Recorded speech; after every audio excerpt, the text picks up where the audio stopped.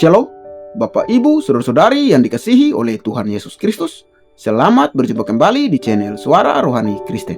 Pada kesempatan malam hari ini, kita akan sama-sama mendengarkan khotbah yang akan disampaikan oleh Ibu Pendeta Basjir dengan tema Cinta akan uang mendatangkan ketakutan kekurangan. Dan sebelum kita mendengarkan khotbah pada malam hari ini, saya akan membacakan satu ayat firman Tuhan yang terambil di dalam 1 Timotius pasal 6 ayatnya yang ke-10. Karena akar segala kejahatan ialah cinta uang. Sebab oleh memburu uanglah beberapa orang telah menyimpang dari iman dan menyiksa dirinya dengan berbagai-bagai duka. Silakan duduk Bapak Ibu, Shalom. Apa kabar hari ini? Luar biasa, walaupun bensin naik. Ya, percaya berkat Tuhan juga pasti naik. Ya, enggak usah bersungut-sungut, enggak usah mengutuki bangsa ini, tapi berdoalah bagi bangsa kita. Ya, Bapak Ibu, hari ini tema firman Tuhan cocok sekali dengan keadaan. Ya, cinta akan uang itu mendatangkan ya ketakutan kekurangan. Ya, apakah orang Kristen itu punya banyak uang boleh enggak? Luar biasa ya. Kalau pendeta punya banyak uang boleh enggak? Yes. Ya, orang Kristen kaya boleh enggak? Pendeta kaya boleh enggak? Haleluya. Ya iyalah, pendeta itu harus diberkati. Kalau enggak kan ada orang datang, "Bu, doakan saya, Bu. Saya ini terbelenggu masalah hutang piutang. Kalau saya ini kan dulu dikejar debt collector kan. Karena enggak bisa bayar utang. Bayangkan kalau jemaat datang suruh saya doakan. Ya, terus saya doakan dalam nama Yesus. Ya, terobosan keuangan. Terus setan bilang, "Lu aja enggak terobos. Kau aja dikejar debt collector, bagaimana mau doakan?" Jadi kita harus diberkati. Jadi kaya boleh enggak? Boleh. Tapi jangan menjadikan tujuan hidup kita itu menjadi kaya. Amin. Itu bukan tujuan hidup. Kaya itu bukan tujuan hidup. Ya. Yuk kita buka dulu bersama supaya saudara yakin ya. 1 Timotius pasal 6 ayat 7 sampai ayat yang ke-10 ya. 1 Timotius 6 ayat 7 sampai ayat 10. Ayat 7 berkata begini, baca 1, 2, 3. Sebab kita tidak membawa sesuatu apa ke dalam dunia. Kita pun tidak dapat membawa apa-apa keluar. Ingat satu fakta yang pertama bahwa kita ini lahir nggak bawa apa-apa. Semua setuju? Atau ada di sini yang lahir sudah pakai kalung 20 gram? Kalung emas gitu ada? Ya, kau bayi ajaib berarti. Tidak ada, kita datang telanjang, bahkan kita pulang pun mati tidak akan membawa. Tapi saya punya emas 30 kilo loh Bu. Kalau kau punya emas 30 kilo, kau mati, tidak mungkin anakmu kubur itu emas bersama kau. Amin. Ya, dia pasti ngomong enak aja ini kan mas bisa dijual. Ya, orangnya aja dikubur, harta, berlian, emas semua ditinggal buat yang hidup toh. Jadi kita ini datang enggak bawa apa-apa, kita mati enggak bawa apa-apa. Lalu fakta yang kedua berkata apa? Asal, ayat berikutnya, asal ada makanan dan pakaian apa? Kurang. Oh cukup, biasa aja Pak, enggak usah emosi. Memang ini ayat ekstrim. Ya, jangan emosi Bapak ya. Cukup. Ya, asal ada makanan dan cukuplah. Hari ini siapa yang gak ada makanan? Nanti saya traktir di bawah. Ya. Ada makanan atau tidak? Ada kan? Pakaian ada? Maka bersyukurlah. Tidak ada alasan untuk tidak bersyukur. Kita semua masih bisa makan hari ini. Ya, kita semua punya pakaian hari ini. Ya, jadi jangan tidak bersyukur. Ya, itu dulu yang Alkitab bilang. Ini ekstrim sih. Asal ada makanan, pakaian cukup. Yang bikin kita stres itu kan Tuhan Yesus ajarkan doa Bapa kami. Berikanlah kami pada apa tahun ini? Pada makanan yang berlimpah-limpah. Tapi orang Kristen itu suka menentang arus. Suka menentang firman. Alkitab cuma bilang, Tuhan beri kami pada hari ini makanan yang Kenapa kita jadi stres? Karena kita mikirin 10 tahun ke depan. Benar apa benar? Doa Bapa kami mengajarkan itu. Yesus berkata juga, kesusahan sehari cukup untuk besok ada kesusahannya sendiri. Tapi orang Kristen kesusahan 10 tahun dia borong. Ya Pak ya? Anak mau kuliah masih 10 tahun, udah mikirin cekot-cekot. Memori otakmu itu kecil. Jangan kau masukin semua di memori otak, nanti jebol, kena stroke. Amin. Hidupi firman Tuhan aja. Ya, lalu ayat yang berikutnya ini luar biasa juga. Baca dengan suara yang keras. Tetapi ke dalam jerat, ke dalam berbagai-bagai nafsu yang hampa, yang mencelakakan, yang menenggelamkan manusia ke dalam keruntuhan. Dan siapa yang ingin kaya? Masih ada yang belum bertobat. Ya, kita menjadi kaya boleh, tapi bukan tujuan hidup dan jangan pengen kaya. Yesus berkata, carilah dahulu kerajaan Allah dan kebenaran. Semua akan, itu bonus. Bonus, bukan berarti kita gak kerja. Lakukan pekerjaanmu sebagai ibadahmu, kejar perkenanan Tuhan. Tiba-tiba kau gak tahu, Tuhan berkati pekerjaan. Karena engkau mencari kerajaan Allah dan kebenarannya. Sebaliknya sekarang ini kan dunia itu, apalagi di sosial media, anak-anak muda sekarang itu otaknya itu dicuci. 3 cara menjadi kaya. 1 tidur, 2 mimpi, 3 gila. Ya enggak? Kau lihat-lihat terus itu motivator punya kata-kata. Ya, jadi tanya apa kabar? Ya baik sih ya, yang lalu kan yang lalu itu kan saya makan sendiri, tidur sendiri, kerja sendiri. Sekarang sudah ada perkembangan, ngomong-ngomong sendiri dan ketawa-ketawa sendiri. Sudah jadi gila. Anak muda sekarang dipacu untuk kaya, untuk kaya. Padahal Alkitab tidak menganjurkan kita ini punya tujuan untuk menjadi kaya. Yesus berkata, jangan kau cari apa yang hendak kau makan, apa yang hendak kau pakai, karena semua itu dicari oleh bangsa-bangsa yang tidak mengenal Allah. Tetapi apa? Carilah dahulu kerajaan Allah dan kebenarannya. Semua akan, kita suka kebalik-balik. Kita ikut seminar menjadi kaya. Kita ikut seminar bagaimana mengembangkan bisnis, tapi kita nggak pernah ikut seminar bagaimana membangun karakter, mencari perkenanan Tuhan. Kalau kita berkenan, Tuhan bisa buka semua jalan. Saya dan suami sampai detik ini, kita kalau di mobil, di rumah selalu ngomong gini, kita tuh nggak pernah nyangka ya Tuhan bawa kita di keadaan seperti ini. Kita tidak nyangka dan tidak ada usaha dari kita. Kita hanya melakukan sehari demi sehari apa yang Tuhan suruh, apa yang Tuhan mau. Tiba-tiba kita melihat seperti ini. Itu tangan Tuhan. Kita memulai YouTube bukan dengan peralatan yang miliaran. Cuma pakai HP. Kalau bisa sampai seperti hari ini, itu semua karena anugerah. Ya, kau sebagai sales, kau kerja aja, rajin, kejar perkenanan Tuhan, hidup dalam kekudusan. Tiba-tiba, ya orang telepon, saya butuh rumah 10 nih ya, cariin. Kita nggak pernah tahu jalan Tuhan memberkati kita. Dan bagi Tuhan, nggak ada yang mustahil. Amin saudara.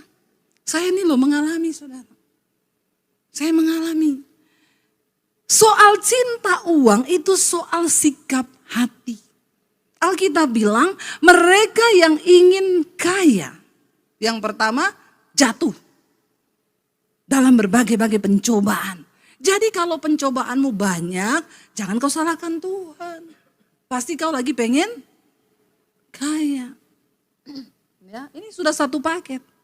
Paketnya orang ingin kaya apa? Jatuh dalam pencobaan, jatuh dalam jerat, dalam berbagai-bagai nafsu yang hampa, yang mencelakakan, menenggelamkan, masuk dalam keruntuhan, dan terakhir ngeri loh ayat ini, ngeri. Kenapa? Orang kalau pengen kaya, dia menghalalkan segala cara. Makanya Yesus bilang, kamu gak bisa mengabdi pada 2 tuan, pada Allah dan pada Mammon. karena engkau pasti akan mencintai yang satu dan engkau akan mengabaikan yang lain. Makanya kita lihat orang kalau sudah dibutakan pengen kaya, ya dia jadi ani-ani, jadi peliharaan om-om. Ya, naik mobil mewah di foto, puji Tuhan, berkat Tuhan. Padahal berkat om. Dia sudah tidak bisa membedakan mana dosa, mana berkat. Dia udah gak bisa bedakan mana dosa, mana kutuk, mana berkat. Udah buta mata rohaninya. Ya, foto di apartemen, puji Tuhan, berkat Tuhan. Ya, dia pikir itu berkat dari Tuhan, padahal dari om. Ya, benar nggak saudara? Ya, boti-boti, homo-homo jadi peliharaan. Jalan-jalan ke Eropa, puji Tuhan, berkat Tuhan, padahal berkat om juga. Banyak yang begini, dia sudah tidak bisa bedakan. Saya sering lihat di Instagram nih loh, lihat deh. Ani-ani ini, Adel, Padel, ani-ani Padel, Anes, ani-ani Tenes. Ya, semua dimasuki kan nih dunia-dunia ini, ani-ani ini jangan. Berkeliaran di dunia padel, tenis, golf, bapak-bapak hati-hati. Ya, dan orang tuh sudah dibutakan, udah gak tahu mana berkat, mana kutuk, mana dosa. Semua ditelan aja. Bahaya kalau orang pengen kaya. Semua dimakan saudara, bukan uangnya juga dimakan. Utang gak bayar, ini orang-orang pengen cepat kaya. Tapi dia tidak pernah mencari perkenanan Tuhan.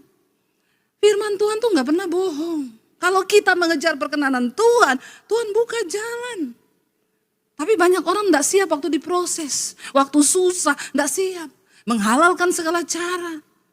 Kita bisa memilih kok untuk tetap bertahan dalam firman sampai pada waktunya Tuhan. Waktu dia lihat hatimu sudah siap. Bagi Tuhan mencurahkan berkat itu terlalu mudah saudara. Karena Tuhan yang punya segalanya. Tapi kita suka mau nolong Tuhan. Ya, kita suka mau bantu Tuhan, jangan. Lalu ayat yang berikutnya berkata di sana, akar dari dikatakan apa? Karena akar dari segala kejahatan ialah cinta uang. Sebab oleh memburu uanglah beberapa orang telah menyimpang dari menyiksa dirinya dengan berbagai demi memperoleh uang, berburu uang. Beberapa orang menyimpang dari kebenaran, dari iman, dari Tuhan.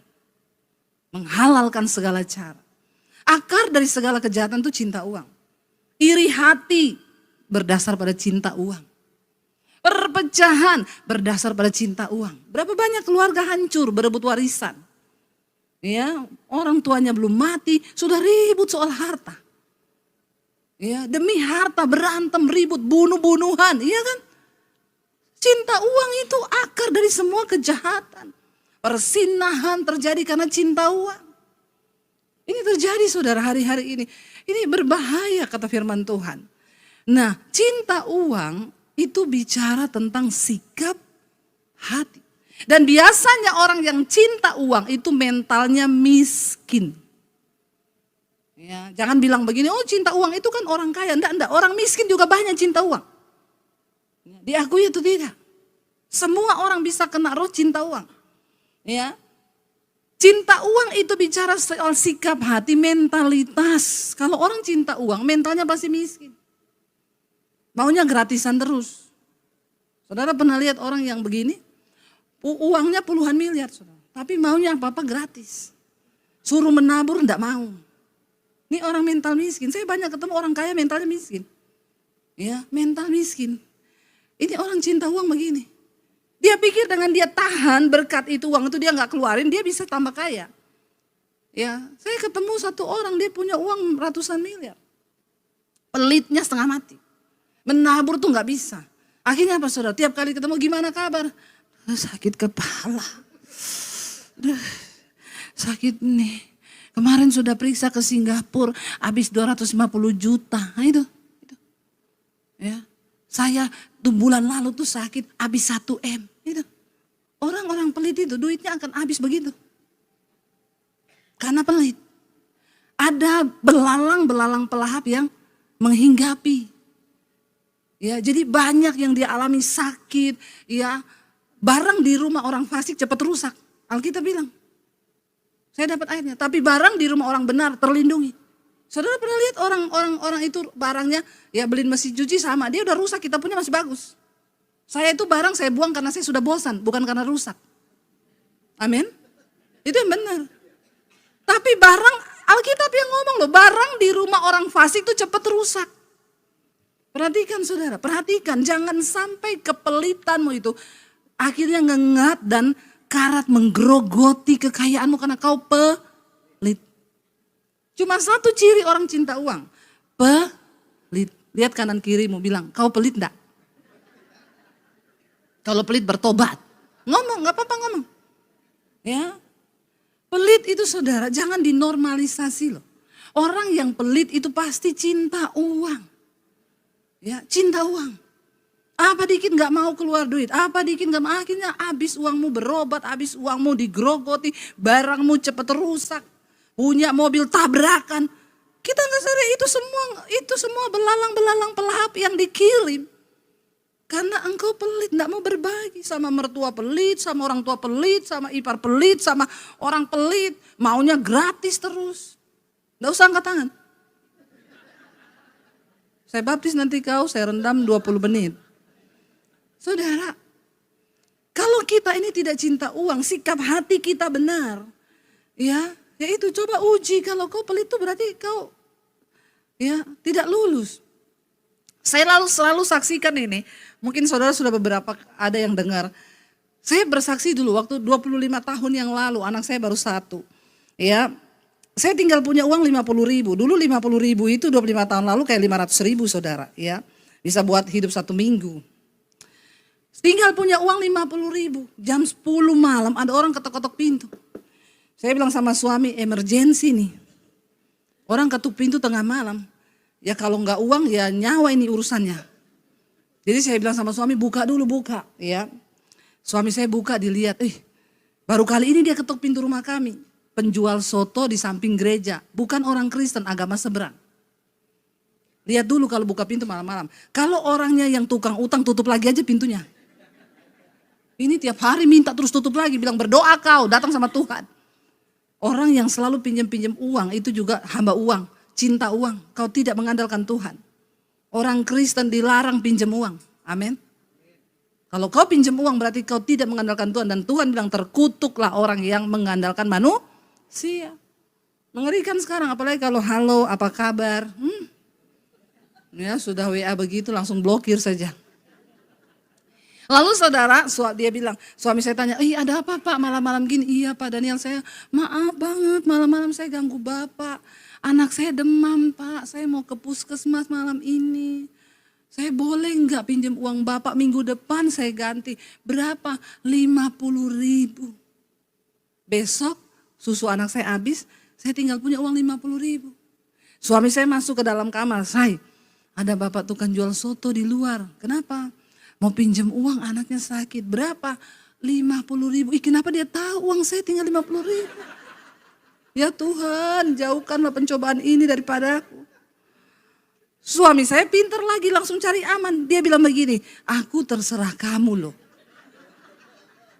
Ini kata-kata yang simpel tapi menusuk. Karena kalau ada apa-apa besok, dia gak mau disalahin. Aku terserah kamu. Kalau kamu bilang kasih ya kasih, kalau enggak. Jadi saya ini bergumul, saya pusing Tuhan ya. Iblis bilang berhikmat. Besok susu anak habis. Tiba-tiba ayat itu muncul di kepala saya. Kesusahan sehari cukup untuk sehari. Besok ada kesusahan sendiri. Tapi ini tidak berlaku kalau saudara baru gajian. Terus saudara pergi ke mall. Terus saudara shopping. Terus saudara bilang kesusahan sehari cukup untuk. Itu blok namanya blok. Jangan ya nak ya jangan. Jadi saya bilang sama suami saya, kita besok kan cuma anak habis susu.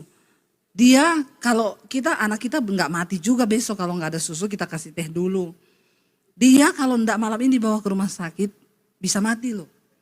Kasih aja kesusahan sehari cukup untuk sehari, itu yang Tuhan ngomong di hati saya. Benar ya kasih ya kasih. Dan kalau kasih jangan berharap kembali. Amin. Supaya kau tidak kehilangan upah, supaya kau tidak jadi dosa. Kalau hatimu tidak rela, jangan pinjemin. Saya banyak kali lihat itu kalau tahun baru orang bikin status, menyongsong tahun baru, tahun berganti tahun, utang tahun lalu belum dibayar-bayar. Ngapain kau bikin status begitu? Lebih baik kau tidak usah pinjemin daripada kau berdosa. Nggak usah ganti. Jadi suami bilang, Pak ini Bapak nggak usah ganti. Minggu depan Pak, nggak usah Pak, bawa aja. Semoga anaknya cepat sembuh. Lalu sudahlah ya, besok suami saya bilang, saya sore ini aku ada pelayanan. Dia main musik, saudara, main keyboard di satu persekutuan full gospel para businessmen. Lalu saya bilang, aku ikut boleh enggak? Daripada di rumah, enggak ada uang gabut kan. Ikut kamu ibadah, hati terhibur, dengar firman, bisa makan.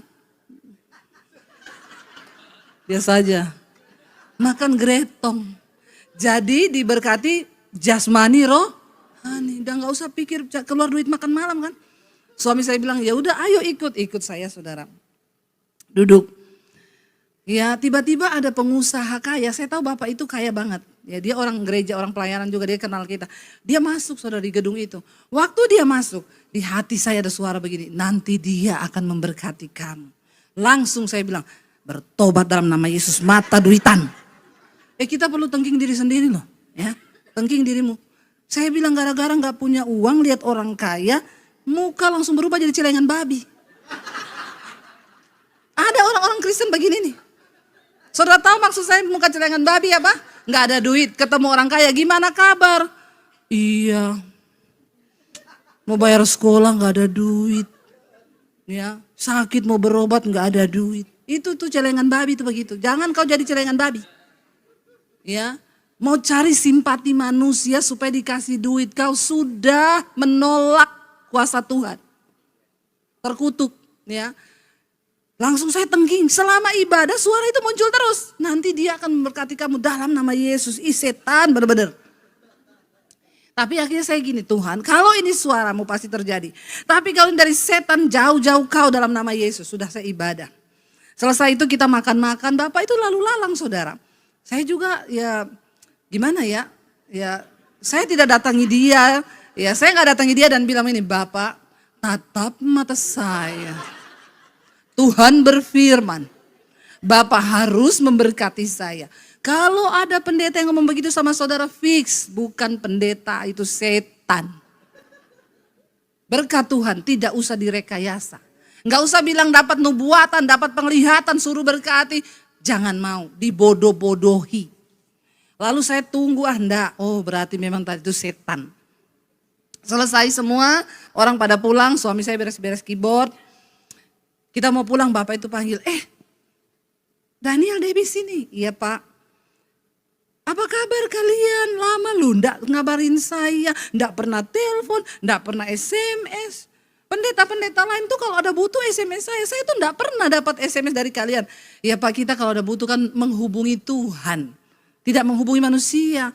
Iya, tapi puji Tuhan kita baik, gini-gini. Oh iya udah, saya pengen berdoa buat kalian ya. Yuk kita doa. Berkatnya doa, bukan doi. Jangan selalu mengidentifikasikan berkat dengan doi. Bisa juga doa, ya. Oh iya Pak, terima kasih kami didoakan. Setelah saya tanya, oh berkatnya doa. Begitu mau jalan dia bilang, tunggu. Yang mana? Tunggu. Ini Tuhan suruh saya loh. Suruh apa Pak? Semua uang yang di dompet saya suruh kasihkan kalian. Bener Pak? Iya bener. Tunggu ya, dia ambil dompetnya, dia hitung. Zaman itu, ini di dompet saya ada 750.000. Semua Tuhan suruh kasih nih. Nih saya kasih, terima ya. Terima kasih sama Tuhan, jangan sama saya. Iya, jadi ini semua ya Pak. Iya, ini sudah semua ini. Terus Bapak pulang gimana? Saya pinjemin 50.000 atau gimana? Enggak Bu, saya kan ada sopir di bawah. Oh iya saya lupa Bapak ada sopir ya. Kita kan naik motor saudara. Terus terima kasih loh Pak sama Tuhan, jangan sama saya. Turun ke bawah, kan gedungnya di atas. Lagi turun dia bilang, tunggu. Iya, ada nomor rekening BCA enggak? Ada Pak, berapa? Enggak hafal. Harus hafal nomor rekening saudara.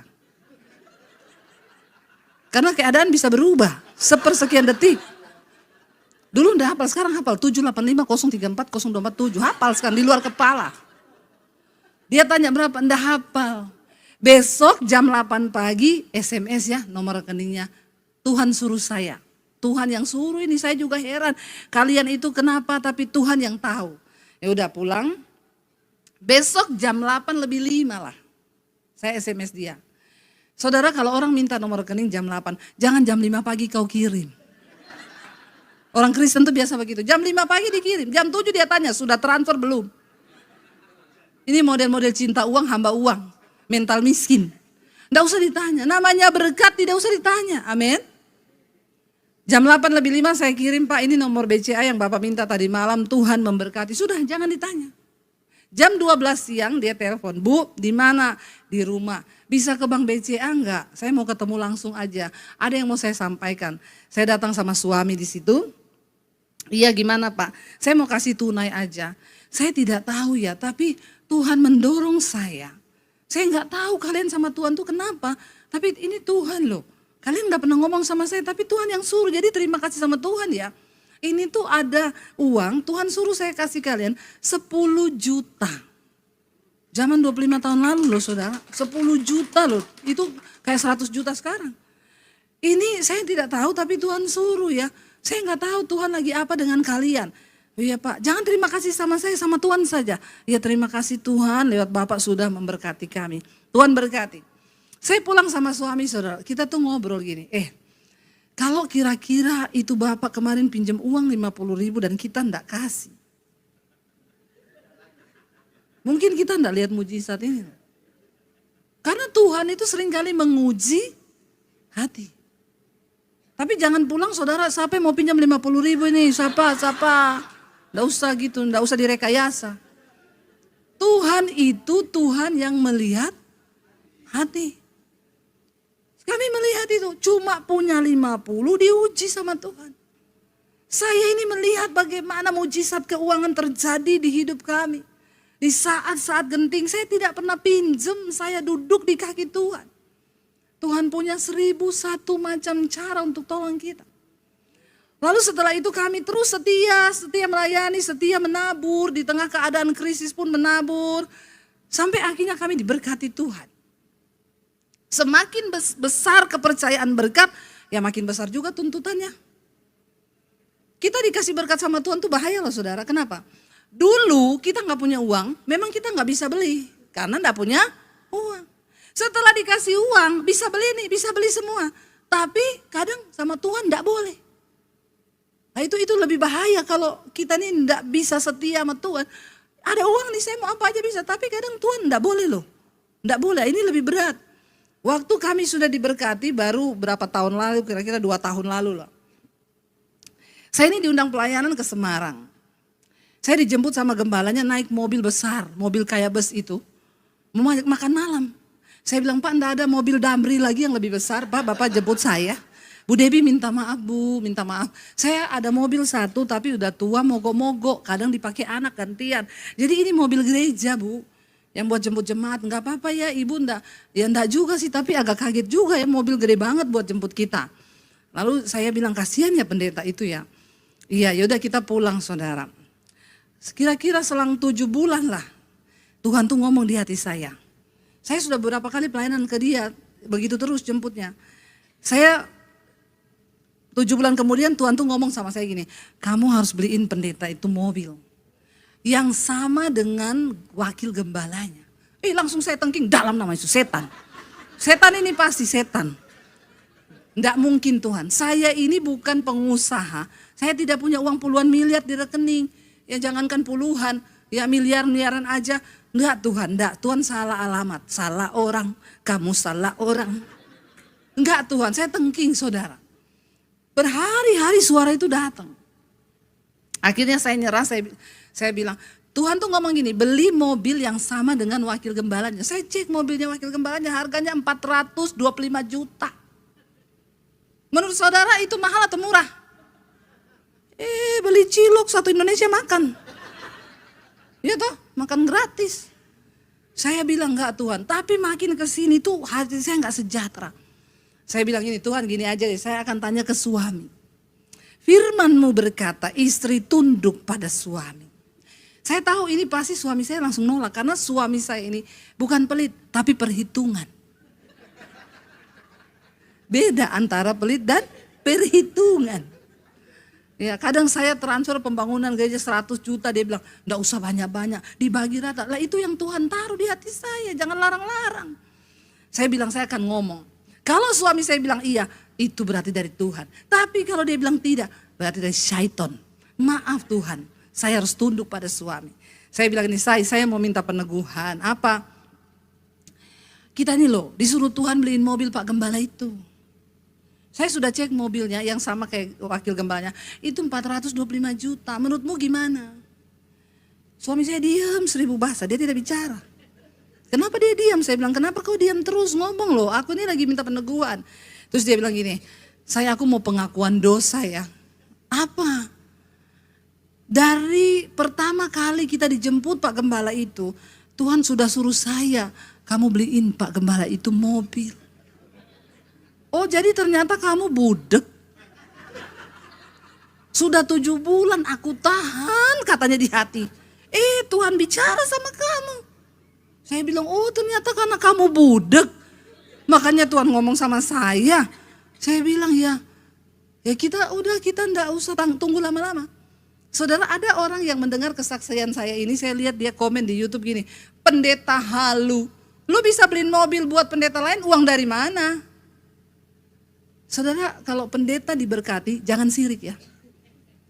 Ya, saya ini dapat uang dari YouTube, saya ini YouTuber. Ya, saya digaji sama YouTube tiap bulan. Kadang-kadang itu saya foto apa aja rumah, dikomen sama netizen yang berhati dengki. Enak ya jadi pendeta, kerjaannya jual ayat, punya rumah megah. Dalam hati saya jual ayat, emang lu beli berapa itu ayat? Kadang-kadang orang tuh picik saudara. Dia gak lihat waktu pendeta itu menangis, menabur dengan air mata. Firman Tuhan bilang, orang yang menabur dengan air mata akan menuai dengan sorak-sorai. Waktu pendeta miskin, kau tidak ada. Kau bilang kau dikutuk ini pendeta ini makanya miskin. Begitu pendeta diberkati, kau bilang jual-jual ayat. Situ waras. Jangan sirik, nanti hidupmu makin terkutuk. Ya, kau enggak tahu itu pendeta dia pakai mobil, siapa tahu itu orang kasih. Jangan cepat menghakimi, nanti kau yang berdosa. Jadi saya sekalian mau jelaskan di kamera ini. Supaya orang-orang bilang, itu Bu Debbie kesaksian begitu duit dari mana? Pasti hasil jualan ayat, pret. Ya, saya ini kerja buat Tuhan. Saya digaji dari YouTube, saya ini YouTuber. Jangan curiga ya, puas. Ada orang yang komen begitu, makanya dia gak diberkati hidupnya karena kau gak percaya sama berkat Tuhan. Lalu saudara, saya bilang sama suami saya, kita udah gak bisa tahan-tahan loh. Ternyata Tuhan udah suruh kamu kasih. Ya bagi saya saat itu uang itu juga gede banget. 425 juta itu gede banget bagi saya.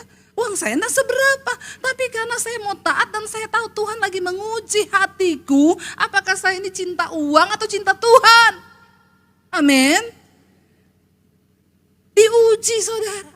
Sebelum Tuhan mempercayakan berkat yang besar kepada kita, dia akan uji dulu hatimu, siap enggak? Lalu saya bilang gini, yowes berarti kita confirm berdua, rela ya 425 juta, rela Tuhan rela.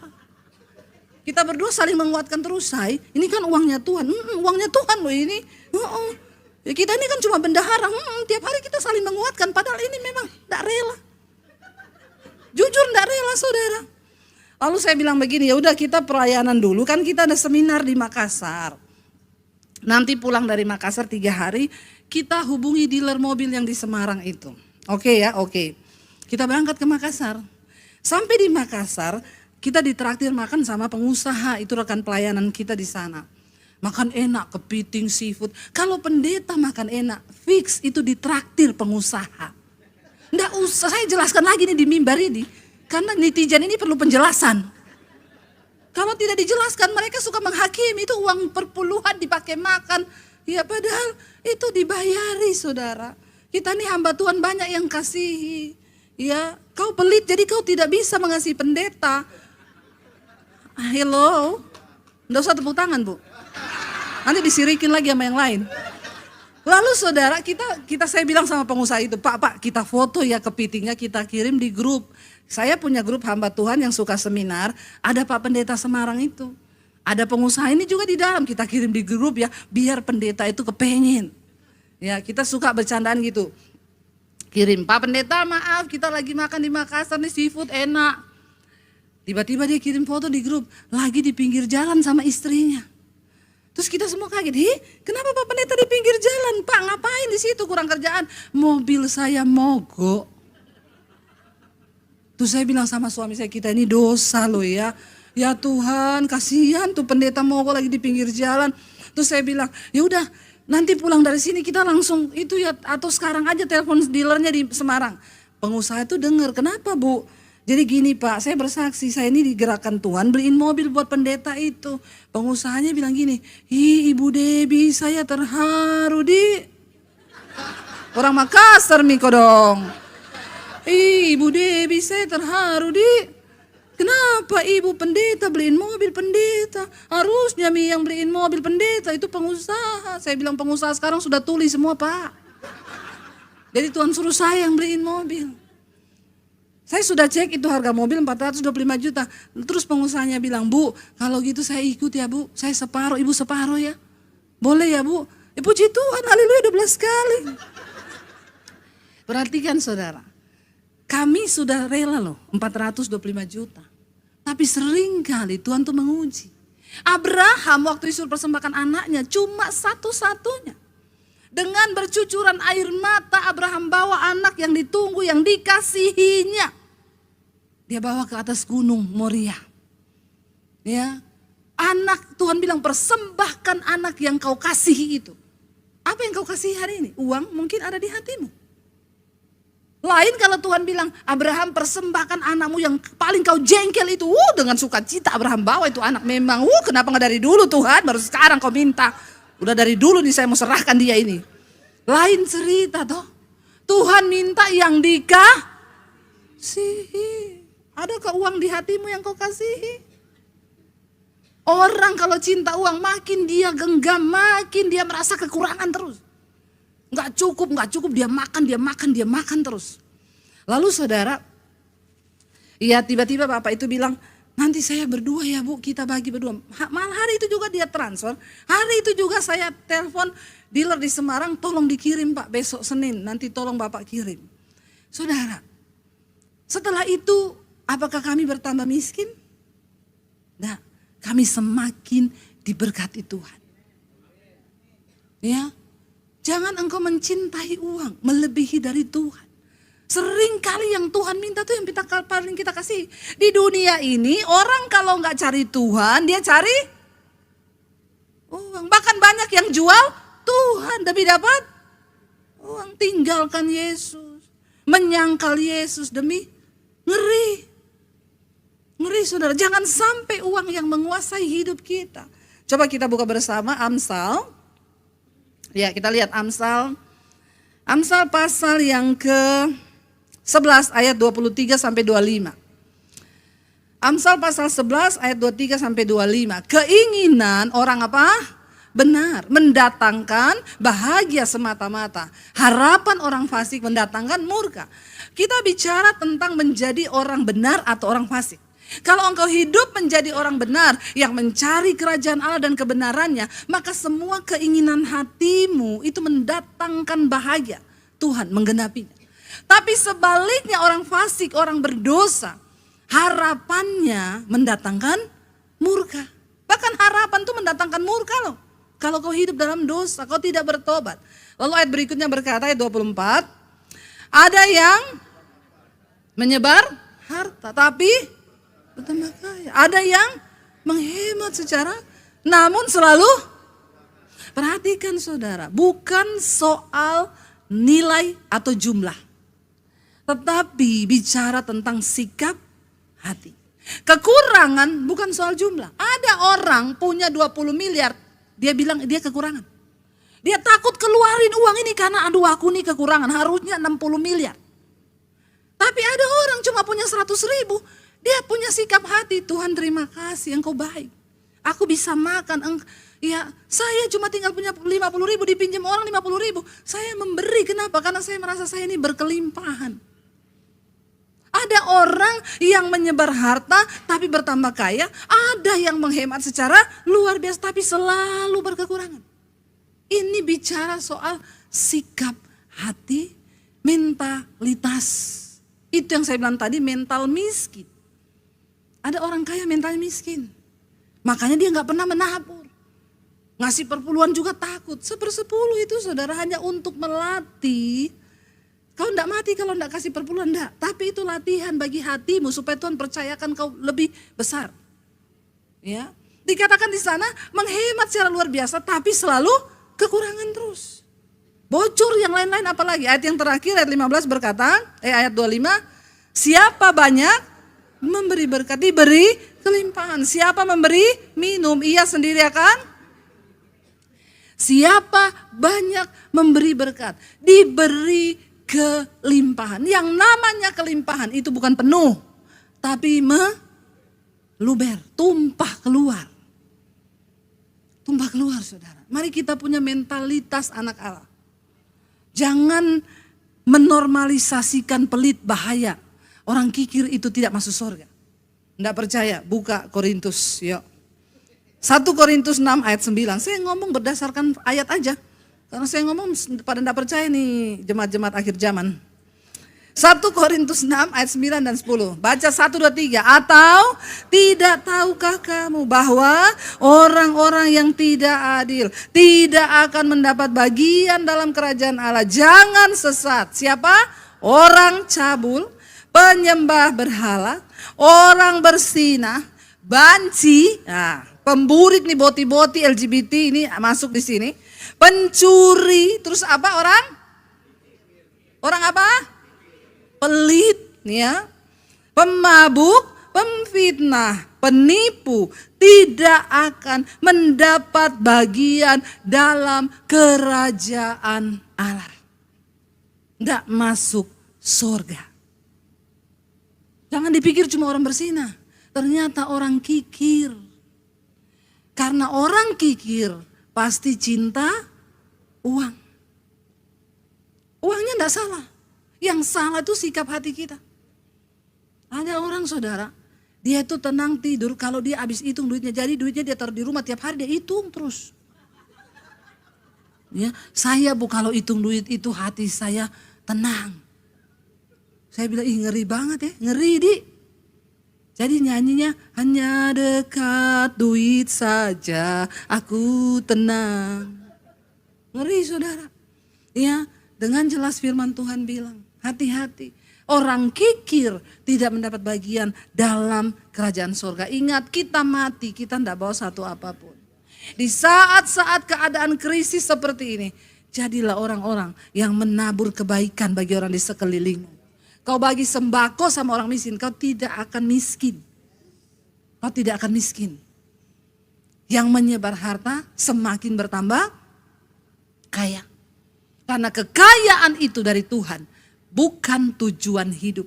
Kalau orang menjadikan tujuan hidupnya itu kaya, makanya dia terjerat dalam berbagai-bagai penderitaan, menghalalkan segala cara, ya, akhirnya dia bisa jatuh dalam malapetaka. Saya berdoa saudara. Kita berdoa, seringkali kita harus menahan diri dari kenikmatan-kenikmatan daging. Ada hal-hal yang tidak perlu kita lakukan. Tuhan larang kita beli ini, kita beli itu. Kalau Tuhan kasih tanda silakan. Asal itu ada tujuannya. Ya, kau beli mobil bagus karena saya banyak keluar kota, jadi saya perlu mobil bagus untuk keselamatan, untuk apa, silakan. Tapi kalau itu hanya untuk kepuasan diri, kesombongan, supaya dilihat orang, bertobat. Saudara tahu ketika Lazarus ada di pangkuan Abraham, saudara tahu ceritanya tentang orang kaya dan Lazarus? Orang kaya tiap malam pesta terus. Ada seorang pengemis yang selalu itu cuma hidup makan dari sisa-sisa pesta orang kaya ini. Tiap malam orang kaya ini pesta, makan enak, pengemis itu datang minta sisa makananmu dikasih. Satu saat orang kaya mati, pengemis mati. Nasib yang sama menimpa orang kaya dan orang miskin, sama-sama mati. Tiba-tiba waktu Bapak Abraham ada di sorga, orang kaya melihat Lazarus orang miskin duduk di pangkuan Abraham di sorga. Lalu orang kaya itu tanya sama Bapak Abraham, "Bapak, kenapa dia di situ dan saya di sini tersiksa? Saya menderita, lapar, saya aus, saya kepanasan." Bapak Abraham menjawab, "Bukan begini, karena kau di dunia bersinah terus. Kau selingkuh terus." Enggak. Karena selama engkau di dunia, engkau selalu menikmati yang enak, yang baik terus. Sedangkan Lazarus menikmati yang tidak enak terus. Sekali-sekali kenikmatanmu itu perlu kau tahan. Dan berbagilah saudara dengan orang-orang yang membutuhkan. Sampai hari ini setiap bulan tanggal 1 saya memberkati puluhan hamba-hamba Tuhan di pedalaman.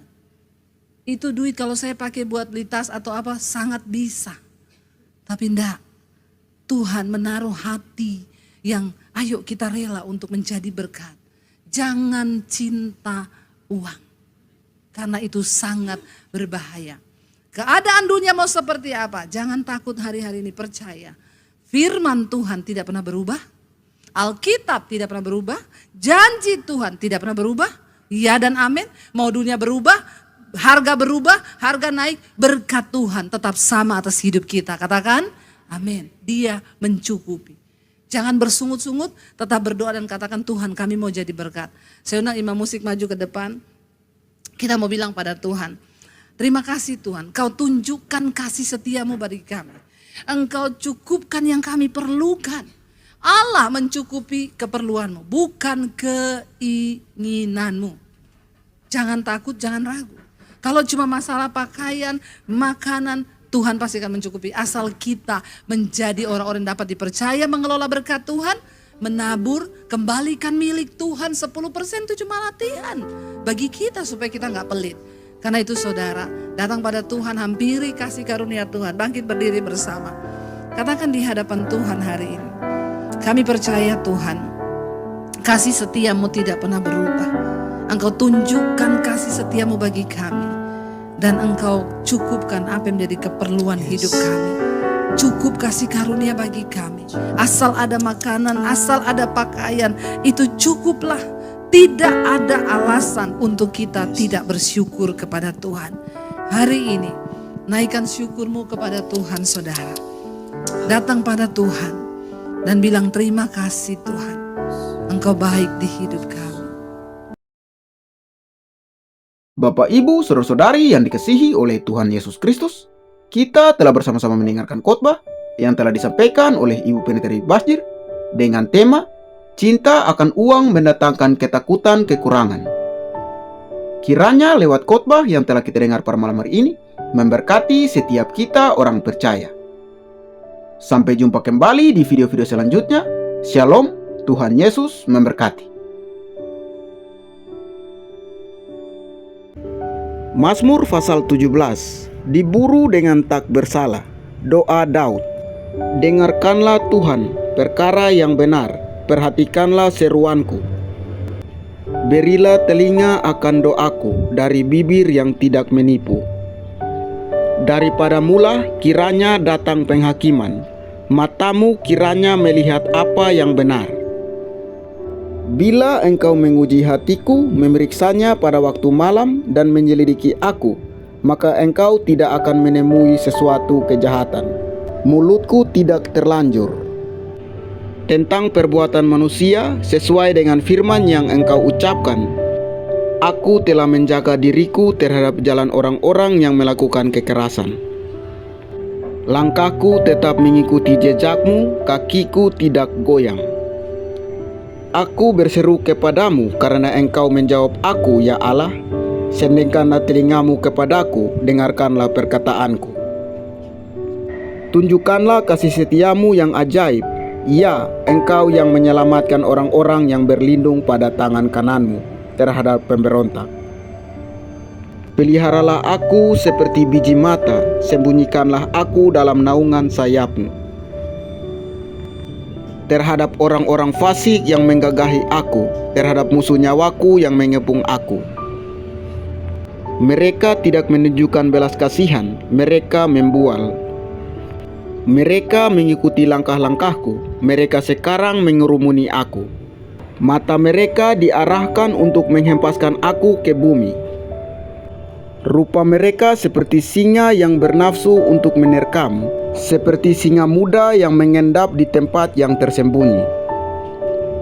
Bangunlah Tuhan, hadapilah mereka, rebahkanlah mereka.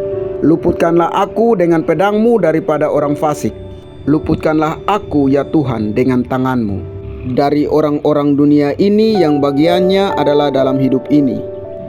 Biarlah perut mereka dikenyangkan dengan apa yang Engkau simpan, sehingga anak-anak mereka menjadi puas, dan sisanya mereka tinggalkan untuk bayi-bayi mereka. Tetapi aku dalam kebenaran akan kupandang wajah-Mu, dan pada waktu bangun, aku akan menjadi puas dengan rupa-Mu. Mazmur pasal 8, manusia hina sebagai makhluk mulia. Untuk pemimpin biduan menurut lagu Gitit, Mazmur Daud. Ya Tuhan, Tuhan kami, betapa mulianya nama-Mu di seluruh bumi. Dari mulut bayi-bayi dan anak-anak yang menyusu, telah Kau letakkan dasar kekuatan karena lawan-Mu, untuk membungkamkan musuh dan pendendam. Jika aku melihat langit-Mu, buatan jari-Mu, bulan dan bintang-bintang yang Kau tempatkan, apakah manusia sehingga Engkau mengingatnya? Apakah anak manusia sehingga Engkau mengindahkannya? Namun Engkau telah membuatnya hampir sama seperti Allah, dan telah memahkotainya dengan kemuliaan dan hormat. Engkau membuat dia berkuasa atas buatan tangan-Mu. Segala-galanya telah Kau letakkan di bawah kakinya. Kambing, domba, dan lembu sapi sekalian, juga binatang-binatang di padang, burung-burung di udara dan ikan-ikan di laut, dan apa yang melintasi arus lautan. Ya Tuhan, Tuhan kami, betapa mulianya nama-Mu di seluruh bumi.